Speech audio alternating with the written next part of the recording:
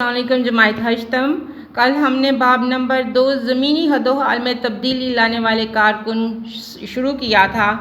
آج اور پھر اس میں ہم نے کہا تھا کہ دریا کے بنائے ہوئے زمینی حد و حال کے دریا کے پانی میں جو پائی جاتی ہے قوت فورس جو پائی جاتی ہے تو اس سے زمین میں کس طرح کے حد و حال بنتے ہیں۔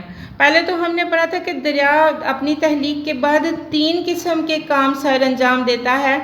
ایک یہ کہ دریا کا جو پانی ہوتا ہے وہ اپنے راستے میں آنے والی چٹانوں کو توڑتا ہے اور توڑتا جاتا ہے، اس عمل کو ہم کہتے ہیں کٹاؤ۔ دوسرا دریا کا کام جو تھا دوسری قسم کے کام میں تھا کہ کٹاؤ کے ذریعے جو ٹوٹنے والے چٹانی مواد ہوتے ہیں ان کو دریا اپنے ساتھ بہا کر لے جاتا ہے، اور اس کو ہم کہتے ہیں عمل انتقال۔ عمل انتقال کے ایک جگہ سے دوسری جگہ کسی چیز کو منتقل کرنا، ٹرانسفر کرنا، اس چیز کو ہم کہتے ہیں عمل انتقال۔ اور تیسرا جو کام تھا دریا کا وہ یہ تھا کہ عمل انتقال کے ذریعے وہ جو چٹانوں کے ٹوٹے ہوئے حصے لے کے اپنے ساتھ بہا کے لے جا رہا ہوتا ہے، تو اس منتقل شدہ مواد کو جب وہ کسی ایک جگہ پر تہنشین کر دیتا ہے، یعنی وہ چیز مواد جو ہوتا ہے اسی جگہ بیٹھ جاتا ہے، تو اس کو ہم کہتے ہیں کہ اس منتقل شدہ مواد کو کسی ایک جگہ تہنشین کرنا یعنی بٹھا دینا اور پانی کا اوپر سے گزر جانا، تو یہ اس کا تیسرا عمل ہوتا ہے۔ اور یہ کام عموماً یہ جو تہنشینی کا جو کام ہوتا ہے زیادہ تر اسی حصوں میں ہی ہوتا ہے جہاں پہ دریا کے پانی کی رفتار جو ہوتی ہے وہ بہت سست ہو جاتی ہے۔ تو اب آ جائیں دریا کے عمل کٹاؤ سے بننے والے حد و حال۔ دریا کے عمل کٹاؤ سے درج ذیل حد و حال مارز وجود میں آتے ہیں۔ نمبر 1 ہے وی نما وادی، وی شیپڈ ویلی یا وی نما وادی۔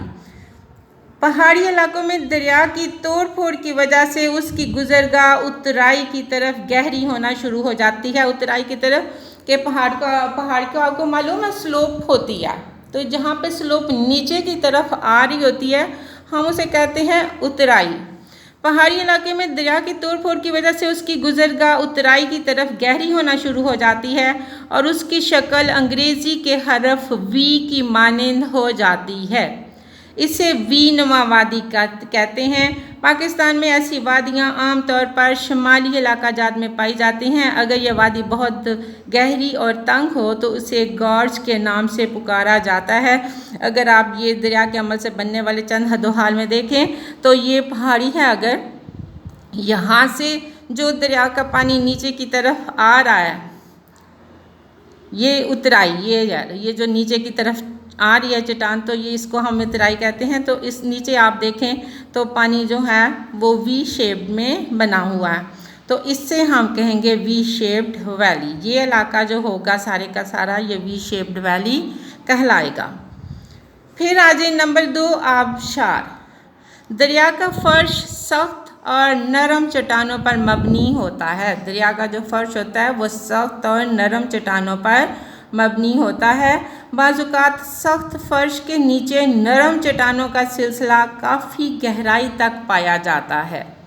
دریا کے کٹاؤ کے عمل سے جب فرش کی سخت چٹانیں ٹوٹ جاتی ہیں تو دریا نچلی نرم چٹانوں کو کافی گہرائی تک توڑتا چلا جاتا ہے، جس کی وجہ سے پانی ایک چادر کی صورت میں بلندی سے نیچے گرتا ہے اور اس نقش کو آبشار کہتے ہیں۔